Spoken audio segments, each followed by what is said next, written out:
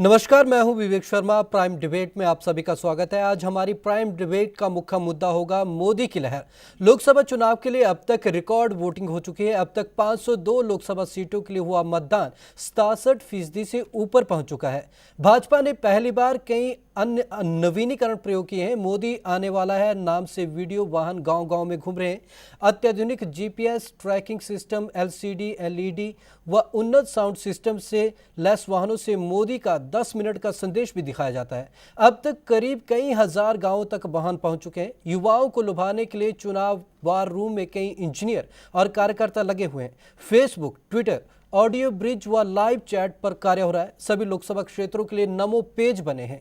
इस अभियान को ज्यादा धार देने के लिए मीडिया वॉच सेल का भी गठन किया गया है। भाजपा कॉल सेंटर में मंडल स्तर के वॉलंटियर बड़े पैमाने पर सूचना देने का काम कर रहे हैं। सबसे प्रभावी प्रोग्राम 3D रैलियां रही। पहली बार भाजपा ने इसका प्रयोग किया। 1000 स्थानों में 3D रैली की गई है। नुक्कड़ नाटक के जरिए भी प्रचार को प्रशिक्षित कलाकारों की टीमें काम कर रही हैं। वहीं शहरी क्षेत्रों में नमो बैंड से भी प्रचार हो रहा है। तो आइए बात करते हैं नमो लहर की। स्टूडियो में मौजूद हमारे मेहमानों के साथ हमारे साथ मौजूद हैं कांग्रेस नेता तरुण भंडारी जी, भाजपा के नेता मेजर डॉक्टर आनंद प्रकाश जी और राजनीतिक विश्लेषक प्रोफेसर आशुतोष कुमार जी। तो सबसे पहले आनंद प्रकाश जी आपके पास आना चाहूँगा। नमो लहर जो आज की समय में चल रही है, हालांकि पहले कुछ कांग्रेसी नेता इसको नकार रहे थे, लेकिन धीरे धीरे जैसे जैसे चुनाव अपने अंतिम चरण की ओर बढ़ा तो नमो लहर को अब स्वीकार किया जाने लगा है। शर्मा जी, मैं तो आपको कहूंगा कि इस आज का टॉपिक का नाम बदलिए और इसको नमो लहर की बजाय नमो सुनामी कहिएगा तो ज़्यादा अच्छा रहेगा। लहर तो कुछ दिन पहले की बात थी, लेकिन आज के हालात में देखते हुए तो ये सुनामी में बदल गई है। आप सही कह रहे हैं कि जितने भी हमारे अपोजिशन पार्टी के नेशनल लोग हैं वो कहते हैं जी, कहीं भी कल इवन पंजाब में भी कह रहे थे कोई लहर नहीं है, शिमला में भी हिमाचल में भी इलेक्शन हुआ, कोई लहर नहीं है। तो मैं डॉक्टर होने के नाते ये कहता हूँ कि बीमारी या कोई भी लहर है उसके कोई ना कोई लक्षण होते होंगे। तो वो लक्षणों पे आज हम अगर चर्चा करें तो मैं अपने साथियों को ये इत्मीनान दिला लेता हूँ, और मान तो गए ही हैं वो, चोरी छिपे मान रहे, आज तो टीवी पे भी मान गए। दिग्विजय ने कह दिया कि हम हार मान रहे हैं, और राहुल जी भी कह चुके हैं कि हम किसी के साथ नहीं लेंगे, वगैरह वगैरह। तो जब भी कोई अनयूजुअल हैपनिंग होती है, लहर या सुनामी, अब के बार के इलेक्शन में कि अनयूजुअल सी बात जो नरेंद्र मोदी लहर या सुनामी कहते हैं, इसका एक लक्षण मैं आपको बताना चाहता हूं कि जो जाति दुश्मन ममता दीदी और कम्युनिस्ट पार्टी सबके सामने कहने लगे कि मोदी को रोकने के लिए हम दोनों इकट्ठे हो जाएंगे। जी तरुण जी आपसे जानना चाहूँगा, आप कांग्रेस पार्टी को यहाँ पर किस तरीके से डिफेंड करेंगे कि क्या वाकई में ही मोदी लहर है या नहीं है? मेरे भाजपा के प्रवक्ता पे की बात पे हंसी आ रही है कि सुनामी है। मीडिया के अलावा मैं मैं बताऊँ, मैं पंजाब में भी गया। हमारे माननीय अशोक तंवर जी जो प्रदेश अध्यक्ष हैं, उनके साथ मेरे को पंजाब जाने का मौका मिला। यूपी में भी गया, दिल्ली में भी गए, हिमाचल में भी गए। नॉर्थ इंडिया जहाँ की सबसे ज़्यादा मोदी जी की लहर मानी जा रही है, वो 45 सीट है। उसमें से हमने पिछली बार कांग्रेस ने 33 सीट जीती थी। दिल्ली में हमने 7 की 7 सीट जीती थी। उत्तराखंड में हमने 5 की 5 सीट जीती। हरियाणा में हमने 10 में से 9 सीट जीती थी। ये मेरे को कोई एक स्टेट बता दें। दिल्ली में भी इनकी हालत पतली, आम आदमी पार्टी ने भी पतली कर रखी है, और पंजाब में इनकी कोई सीट आने वाली नहीं है। और जो नरेंद्र मोदी पहले शुरुआत में ये कहते थे कि मैं स्टेट में एक ही रैली करूंगा, वो 1 लाख से ऊपर होनी चाहिए, उनको मजबूरी में आके 185 रैलियां करनी पड़ी। मैं बठिंडा में था, 14,400 कुर्सी वहां पे लगी हुई थी, और उसमें से 1,000 कुर्सी कम थी जब खाली पड़ी थी। आपके मीडिया के साथियों ने वो दिखाया। और हवा कुछ नहीं है। और मैं आपको बताऊं, और आप जात पात पे भी आ गई है, अपने आप को जाति कार्ड भी, धर्म कार्ड भी, सब कार्ड खेलने लग गए। इनको पता है कि हमारी सरकार नहीं बनेगी, और ये कह रहे हैं कि सुनामी 16 तारीख आने दो। देश के लोग बड़े ही जागरूक हैं, इस तरह इन बहकावों में आने वाले नहीं। आज तक का सबसे महंगा इलेक्शन ये हुआ है। आशुतोष जी आपसे जानना चाहूँगा, आप अच्छे राजनीतिक विश्लेषक रहे हैं, आपको क्या लगता है कि भाजपा यहाँ पर अपने जो हाईटेक प्रचार है उसको भुना पाई है और कांग्रेस कहीं पिछड़ गई है? ये निश्चित तौर पे कहा जा सकता है कि, और कांग्रेस नेताओं ने भी माना है इस बात को, जैसे आनंद प्रकाश जी ने भी कहा कि बीजेपी जो है वो मीडिया के इस्तेमाल में, सोशल मीडिया हो, फेसबुक हो, ट्विटर हो, मेरे ख्याल में बेहतर करा है कांग्रेस से अपने को प्रचारित करने के लिए। बात यह है कि बीजेपी के बारे में कहा जाता था कि अलग चाल चरित्र चेहरे वाली पार्टी है, लेकिन आज जो बीजेपी मोदी को आगे बढ़कर वो प्रचार कर रही है, तो कहीं ना कहीं हमें कांग्रेस के जो इंदिरा गांधी 1971-72 इलेक्शंस की याद आती है, जब इंदिरा गांधी पार्टी को बाईपास करके अपने नाम पर वोट मांग रही थी।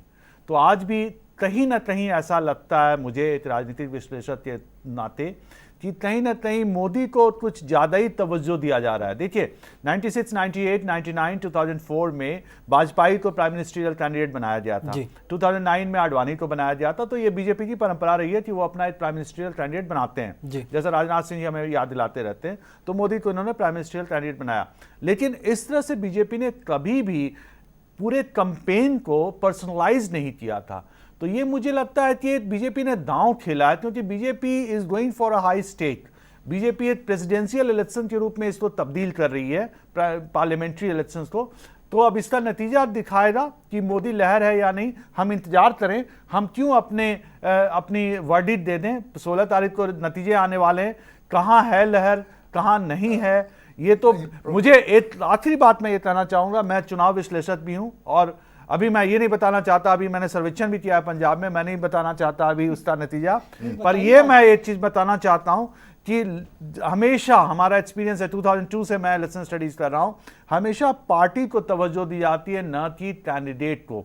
और लोकल इश्यूज आज बहुत मैटर करते हैं, चाहे वो हिमाचल हो, उत्तराखंड हो, पंजाब हो। आज नेशनल इशू से ज़्यादा लोकल इश्यूज, लोकल लीडरशिप, उस पर बहुत ज़्यादा बल दिया जाता है। तरुण जी, आपसे जानना चाहूँगा, जिस तरीके से बीजेपी ने इस बार नरेंद्र मोदी को के चेहरे को आगे किया है, पार्टी लाइन कहीं ना कहीं पीछे छूट गई, एक पर्सनलाइज्ड चेहरा आगे आ रहा है, तो आपको लगता है कि कहीं ना कहीं ये जिन लोगों ने भारतीय जनता पार्टी को सींचा था, जो इनके कदावर लीडर थे, जिन्होंने आज तक बीजेपी को यहां तक लाने में महत्वपूर्ण भूमिका अदा करी, सीताराम अडवाणी केसरी जी, को अडवाणी जी, भूल गए एक मिनट मेरी बात पूरी, जब आपका टाइम आएगा आप भी बोलो। नहीं हमारा तो आज अडवाणी टाइम तो आपका गया आएगा भी नहीं कभी, ये भी याद रखना, आप छोड़ दो इस बात को। ये नरेंद्र मोदी की हवा की बात कर रहे हैं, मैं ये बात कर रहा हूँ जिसकी हवा होती है वो 2 जगह से चुनाव नहीं लड़ता।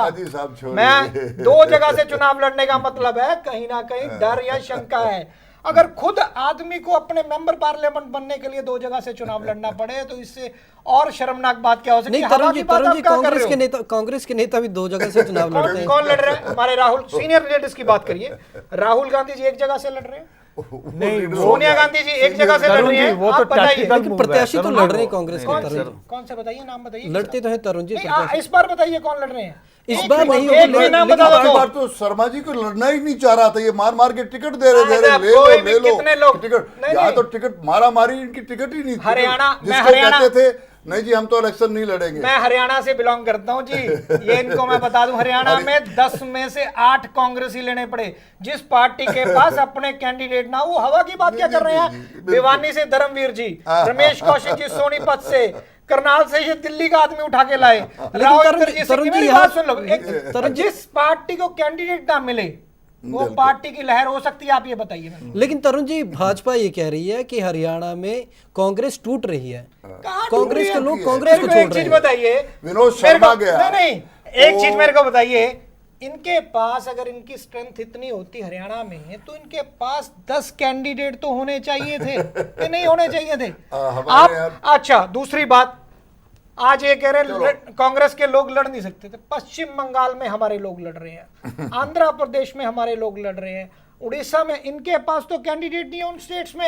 ये हवा की बात कर रहे हैं। हम मोदी लहर की बात करें, मोदी लहर की बात पे आ रहा हूं। अजय सिंह यादव ने मोदी लहर को कबूला है। नहीं, आपको एक मिनट, आज एक बार अखबार में आप अच्छी तरह उसका उनका बयान पढ़िए, मैंने पढ़ा, उन्होंने ये कहा है कि राव इंदरजीत सिंह को उनका फायदा हुआ है, ये नहीं कहा कि वो जीतेंगे।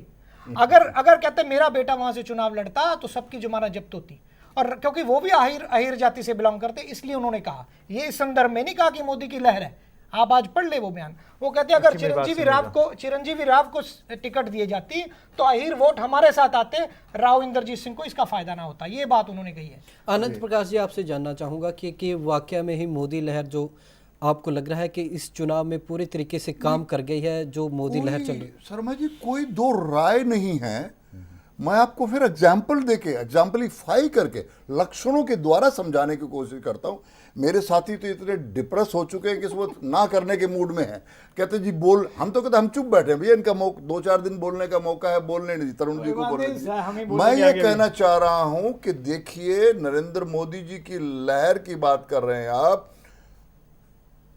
बनारस हिंदी यूनिवर्सिटी से चलने के बाद में अगर मैं अपने कार्यालय तक जाता हूं बनारस में, 40 मिनट का रास्ता है। कल आपने देखा होगा 4 घंटे लग गए वहां पे। ये कह रहे हैं कि वहां लहर नहीं है, तो जनता लाखों के, वो कोई बुलाए कांग्रेस की तरह से, ये कुर्सियों की बात कर रहे हैं। ये तो जो हमारे यहाँ नरेंद्र मोदी आए, मैं कुर्सियों का इंचार्ज, मैं खुद था, मैंने वहां 10,000 कुर्सियां लगाई। एक 1000 आदमी वहां पैदा हुए। 10,000 कुर्सी के मान रहे हैं ये। जो आदमी 1 लाख की रैली के लिए बात कर रहा था, 10,000 की कुर्सी पे आ गया। तरुण जी चर्चा को देखिए, वो 4 घंटे लगे उनको वहां तक आने में। 10,000 लोग की बात में सीनियर लीडर का 10,000 इकट्ठे हो रहे हैं। कांग्रेस वाले तो अभी इन्होंने बात की कि जात की बात की, वो तो इनकी बहन जी ने शुरू किया। हम लोग उस नीति में नहीं जाना चाहते। तो मोदी की लहर है। आनंद जी, चर्चा को जारी रखेंगे। मोदी लहर पर चर्चा जारी है, तो मैं जानना चाहूंगा आशुतोष जी, अगर मैं जानना चाहूँ आपसे, स्टेट लेवल पर क्या आप जो रीजनल पार्टी हैं वो तो अच्छा करेंगी, क्या आपको लगता है इन पे मोदी लहर का असर है? देखिए, मैं आपको कहता हूँ 28 स्टेट्स हैं वे भारत में। 2 जून को 29 स्टेट्स हो जाएंगे, तेलंगाना बन जाएगा। हर एक स्टेट अपने आप में एक रिपब्लिक है, एक मिनी डेमोक्रेसी है। हर एक स्टेट का जो इलेक्टोरल पैटर्न है वो अलहदा है। तो इसलिए अगर हरियाणा में लहर किसी को सुनामी नजर आ रही है, मे भी हरियाणा में कांग्रेस की स्थिति खराब है और बीजेपी राइज पे है, तो इसलिए वहां लग रहा है कि मोदी लहर है। ठीक है, लेकिन ये हर जगह नहीं हो सकता। वेस्ट बंगाल में कोई मोदी लहर मुझे नजर नहीं आ रही, तमिलनाडु में मोदी लहर मुझे नजर नहीं आ रही, मीडिया रिपोर्ट के बेसिस पे। स्टेट लेवल पार्टीज का एक अपना वजूद है, वो वजूद बना रहेगा। इसलिए ये कहना कि इट्स अ फ्लैट वर्ल्ड और सारे जगह एक ही तरह से अब वेव वाली इलेक्शन नहीं है, एंड दिस इज नॉट अब normal election. It is not like 1984 election, Indira Gandhi की हत्या होती है और उसके बाद एक लहर बनती है, सिंपैथी वेव बनता है। इट्स नॉट लाइक 77 की इमरजेंसी होती है, उसके बाद लहर बनता है। It's a very normal election. Normal election में नॉर्मल चीजें होंगी, और नॉर्मल आज यही है इलेक्ट्रल पॉलिटिक्स में कि स्टेट लेवल पार्टीज का एक अपना जनाधार है, निश्चित जनाधार है। ये पार्टीज काफी दिनों से हैं और इन्होंने अपना वजूद बनाए रखना है और रहेगा।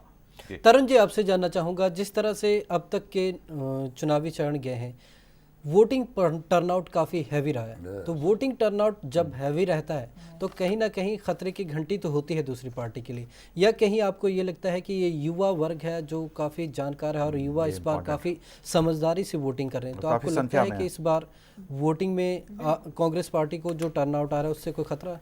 बिल्कुल, इस बार नए जो वोटर बने हैं उसमें युवा 25% हरियाणा में एक सीट पे वोट बने हैं।